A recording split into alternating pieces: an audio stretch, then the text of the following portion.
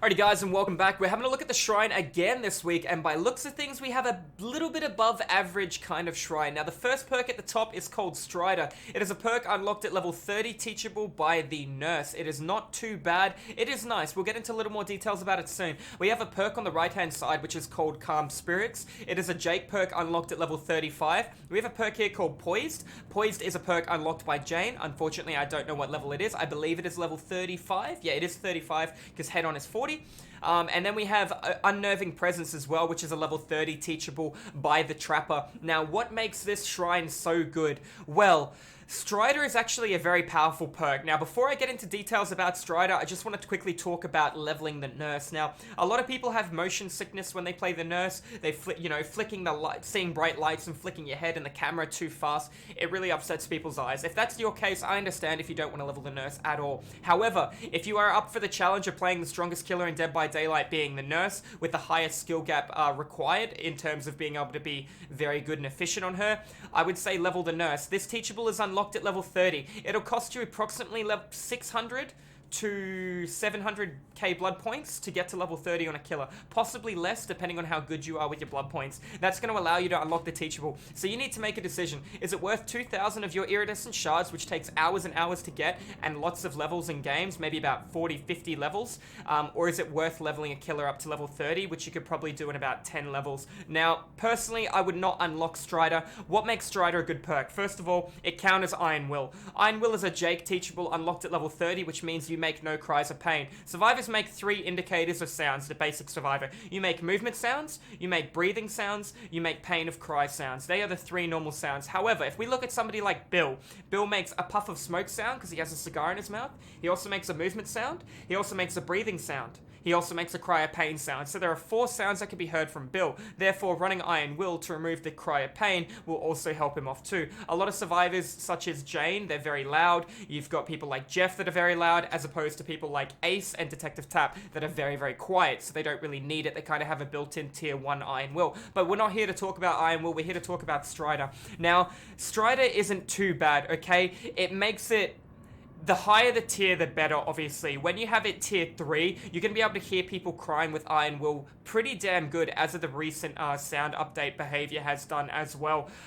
It does make breathing louder. Breathing can still only be heard from about 4 or 5 meters away with Strider. Now, that's a pretty good distance. Don't get me wrong, if you're running past and you hear breathing coming from your right-hand side, as long as you heard, for example, a Megan breathing, you know the sound of that, and you're playing somebody like the Trapper, you know it's not your own breathing, because there's 2 completely different, pitches of breathing. You're going to be able to go, wow, somebody's there. I know there is a little bit of a sound delay sometimes while moving through grass, which can turn a killer and go, wow, somebody's behind me. Wait, no, it's just the delayed sound effect on the grass. Strider is really good to counter Iron Will. I recommend this perk on 2 killers, depending on your teachables and what you have. If you had the best perks in the game, I probably wouldn't recommend either of them. If you did not have the best perks in the game, this goes really well hand on hand on the 2 queens of the game, which would be the Nurse, allowing you to hear a survivor on the opposite end of a wall, allowing you to blink straight through the wall and hit the survivor.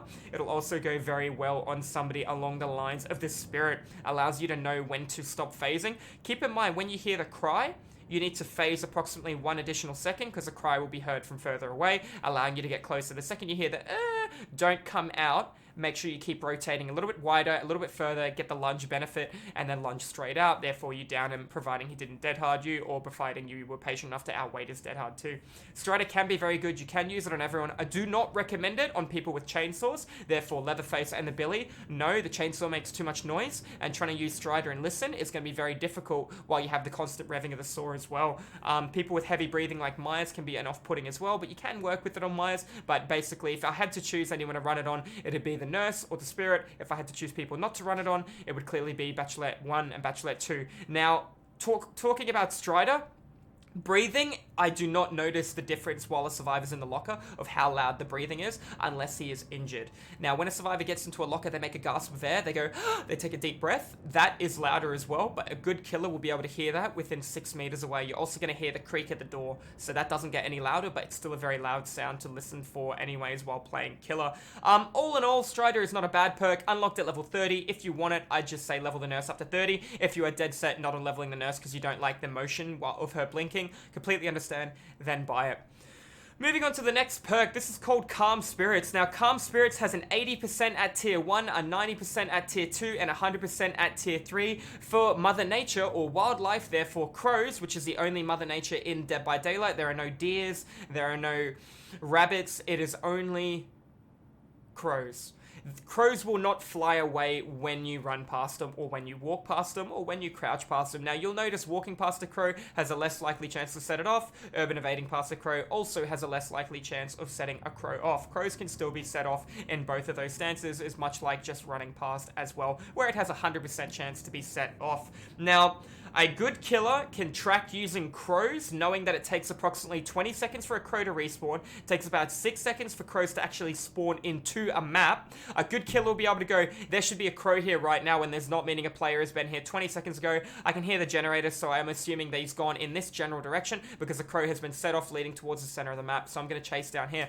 A lot of times I have made these verbal callouts before it has happened, and I've used it to track survivors. However, if you are not as confident or competent in that kind of tracking style, rest assured there is always room for improvement, even if you know how to track like that.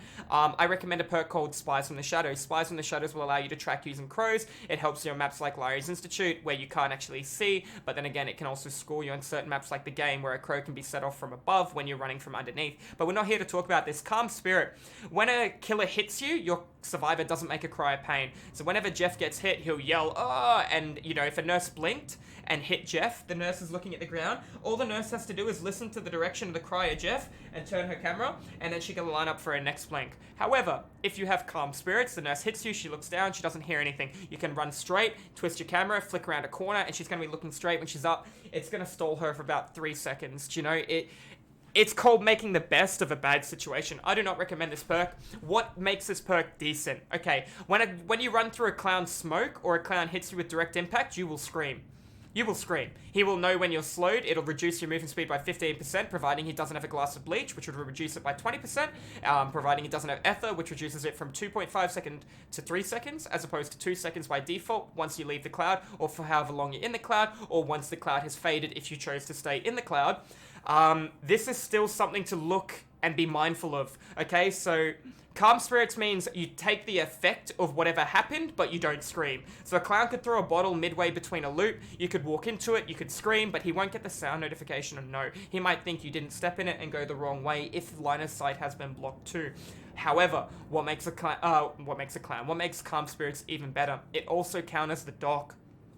You could still hit Madness Tier 1, Tier 2, and Tier 3 and tier up. However, when you do tier up from Madness, you do not scream revealing your location. You will do the animation and look around. However, you will not reveal your location for the killer. Therefore, if he chooses not to put you into Stage 1 and save it for a 6-second knowledge kind of location move or maneuver, he could still be punished for that because you can use Calm Spirits. I do not recommend it though. You're relying on them running either the doc or the clown, or a nurse looking at the ground in an area where you have a lot of bamboo, where you can block a line of sight, because corn's been reworked. You know, you can see through corn really easily now. I do not really recommend it in this current state, this perk. Hopefully they add more stuff.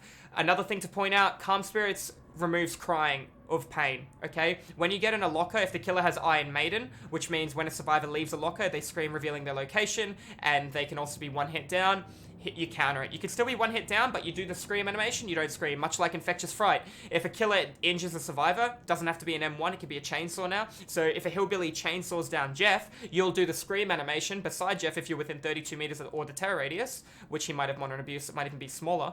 That being said, you'll do the scream animation, but you won't reveal your location. So it can be decent. It's just too, you know, relying on, I hope he has this perk, or I hope he has that. I personally don't like it too much. Now let's talk about Poised. Poised is a bit of a wasted perk. Now, once completing a generator, or sorry, that's not true. After a generator is completed, you don't have to complete it. Your buddy could complete it, and it works for you.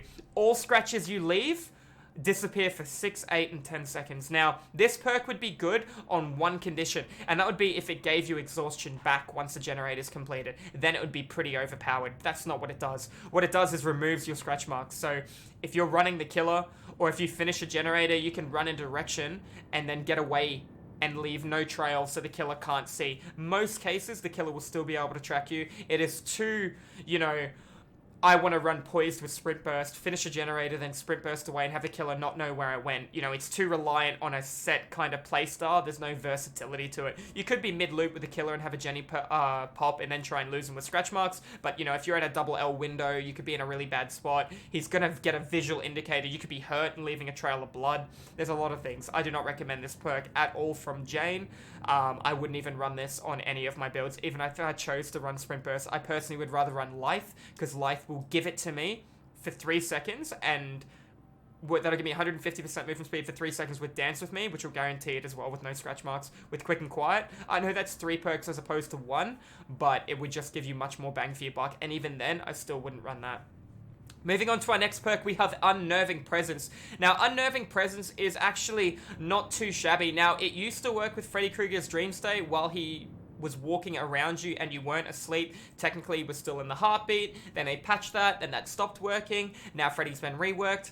Why would you run Unnerving Presence? Okay, Unnerving Presence means anybody within your heartbeat gets, their skill checks are harder to get and they have a greater chance of getting a skill check. So this means skill checks are more likely to proc, and if you have something like Ruin, they have to land the great bit rather than the small bit. It's actually still pretty easy to do. The only thing that makes Unnerving Presence good is countering DS, making DS a smaller skill check, but then you're relying on luck or relying on them missing. So that's also not good. And on top of that, it also makes Overcharge very, very difficult to hit, especially while running. Still possible, but very hard. You'll see this very commonly on a dock with Unnerving, Overcharge, Distressing, and Ruin. It is very common.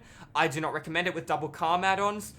You're relying on trying to store multiple different Jennies while you can only be in one place. A good group of survivors would just split pressure. You come in one direction, he runs. He then comes back. Then you go over there, he then comes back. You cannot outplay good survivors that split pressure in multiple different areas. It is, if I had to choose to run this perk, I would force a game offering, therefore it stacked throughout almost the entire map and gave everybody a penalty as well. I still wouldn't want to do it. I think there are better options on the table. Unnerving is okay. Overwhelming is okay. They're just not great perks that get outweighed. Therefore, it is a level 30, unlockable, teachable by Trapper. However, Trapper's Brutal Strength and Agitation can both be utilized pretty decently. Alrighty, guys, that's going to be all for this week's Shrine. If you guys have any questions, don't hesitate to check out the live stream over here on Twitch. Otherwise, we will see you in the next video, guys. So take care and have fun.